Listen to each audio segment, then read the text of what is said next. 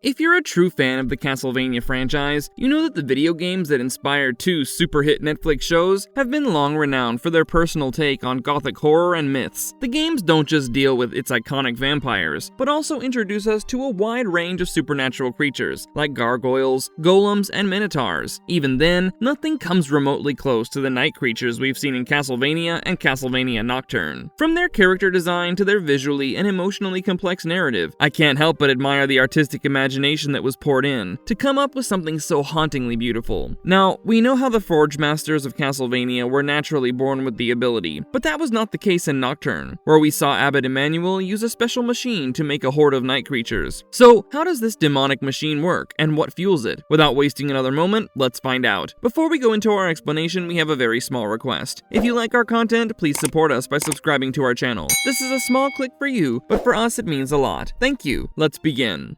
How did Abbot Emmanuel acquire the Infernal machine? So, the large machine which the abbot of the Catholic Abbey used to create a horde of night creatures for the vampire messiah is actually known as the Infernal machine. It was kept in catacombs of the abbey and was only managed by Abbot Emmanuel. Now, this man wanted to combat the burgeoning French Revolution, as he viewed it as a disruption of the divinely ordained natural order, and Elizabeth Bathory used this hatred to manipulate him, as she also aimed to end the revolution, in order to establish vampire supremacy all across the world. So to bolster their collective cause in Season 1, the abbot performed a summoning ritual and struck a dark bargain with what he thought was a powerful demon. After negotiating with it, he gained a demonic machine from hell, which was capable of transforming human corpses into night creatures. So even if he wasn't born with the magical ability to provide an endless supply of night creatures, this infernal machine granted him the ability to forge night creatures by reanimating human corpses, which were supplied by the vampires overseen by Drota Tzuentes, the vampire queen's second in command. Initially, these night creatures were also considered to be demons, who were created by merging human corpses with souls from hell, which necessitates a highly skilled Forgemaster, making the abbot a crucial person in this whole scenario. Nocturne had also mentioned that night creatures have been absent from the world for centuries, because the last time the world saw night creatures was 300 years ago, when Isaac and Hector forged them, which makes Emmanuel the first person to resurrect them in centuries. Anyway, the Infernal machine uses energy directly channeled from hell to transform dead bodies into night creatures. As a large and complex device, it gathers souls from hell to transform dead bodies into living night creatures in a matter of moments. The only human connection here is Abbot Emmanuel, who operates this machine in his carefully hidden catacombs within Machecoul's Abbey. Like previous individuals of this guild, the abbot has to utilize a tool to be able to channel souls from hell, which the machine then inserts into the bodies to reanimate them. And in this case, it's an Enochian spellbook. The machine itself is very large and occupies almost the entire room that it lies in. Its central structure consists of a huge fiery chamber with an opening where all the dead bodies are pushed in, resulting in living night creatures being delivered in mere seconds. On its top, it has a diamond-shaped container adorned with a cross, where the gathered energy is stored, and above this container is a bell-shaped structure, which is in turn held by more machinery that goes all the way to the ceiling of the room. Now, on the sides of the central chamber, there are two large octagonal-shaped devices, with several gears all over them, which possibly work as energy generators fueled by hellfire. Lastly, there are also large hoses and tubes all around the machine, along with a control panel with many valves and ventilation railings on its base.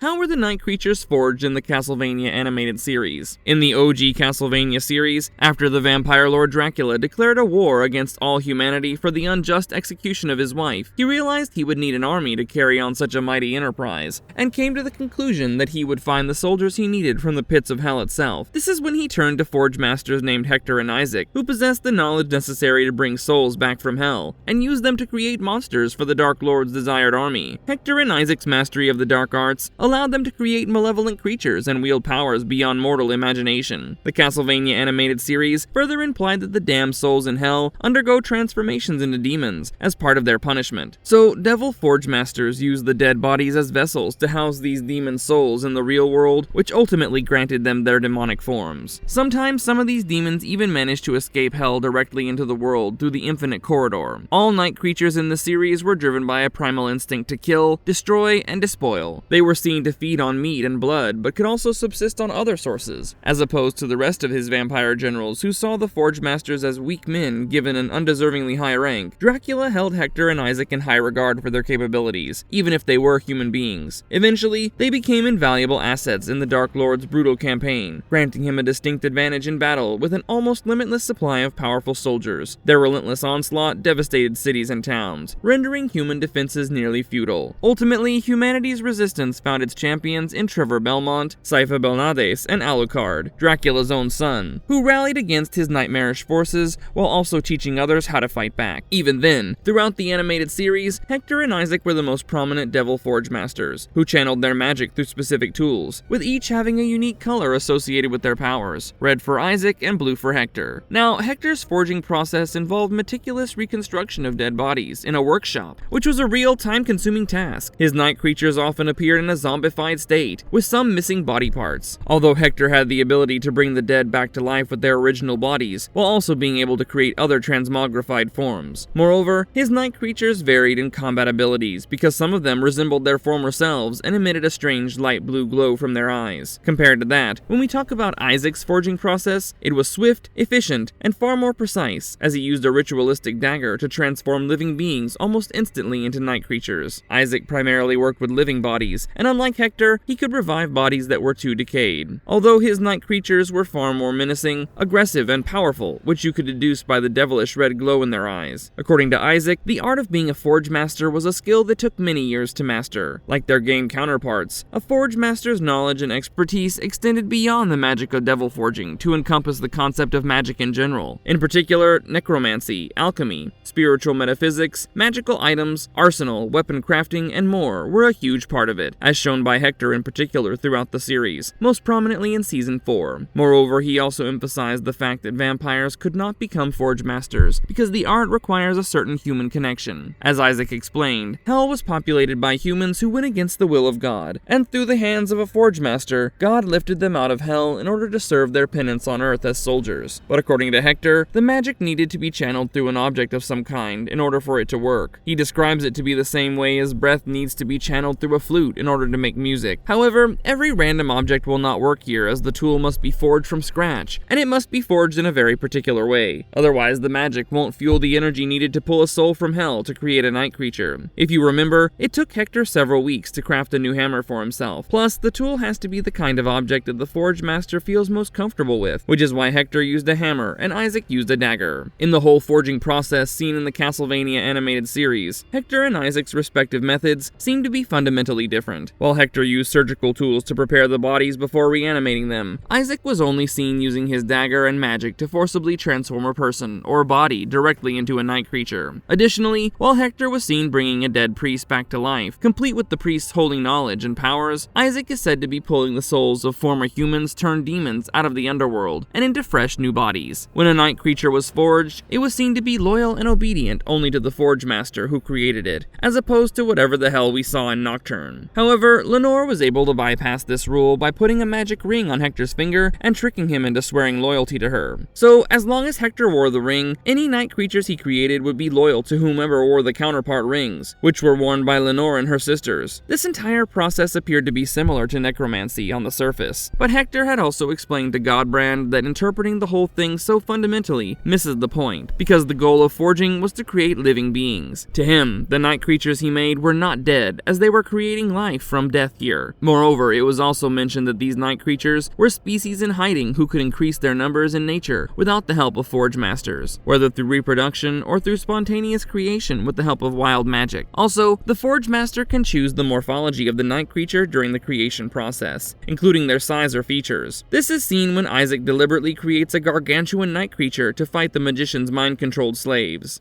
Why were the night creatures forged by Abbot Emmanuel flawed in Castlevania Nocturne? As revealed in Castlevania Nocturne, it's possible to gain power similar to a natural-born Forgemaster through making deals with demonic beings. However, unlike with Hector and Isaac's creatures, instead of summoning the souls of random sinners from hell to inhabit and animate the corpses, or birth entirely new beings, the Infernal machine used the original souls of the dead bodies to animate the newly created night creatures. This was shown when Edward Jacques Drolta Tsuentes, the female general of the French Revolution, revolutionary army, and many other night creatures the Abbot had forged retained their previous sense of self as humans or vampires. This led them to either regaining or retaining their memories of being humans or vampires upon being resurrected as night creatures, thus allowing them to disobey the Abbot. Now, there was still one thing common between the night creatures forged by the Abbot in Nocturne and the ones we see in the OG Castlevania series. Both variations were shown to have some sort of connection with their masters. That's probably why Edward and the other night creatures were crying and mourning when Maria killed Emmanuel. Even if they didn't see it happen, they somehow sensed his absence and wept at the death of their master. But there's one thing that stood out. Hector and Isaac's night creatures were shown to revere their masters for giving them a second chance at life, but some of the night creatures forged by the Abbot were seen to yearn for their freedom. I think with a night creature, the soul is the only part that matters, because even in the first show, we saw that they can carry over memories from previous lives, as seen with the Bugman. He established that his soul was from forever ago, dragged into a random dead body, where he got a second chance in life. He was also the only night creature to have a proper conversation with Isaac. Forgemasters work differently. There's no one way to forge night creatures. Hector had his hammer, which instilled a soul into a dead being to create night creatures. Isaac had his knife, which killed and/or transformed living beings into night creatures. Similarly, the Infernal machines seemed to be made with a similar artifact, but still required a human user to function. Although Emmanuel did not carve the machine, he used his Enochian spellbook as his Forgemaster tool to channel the souls from hell into the corpses.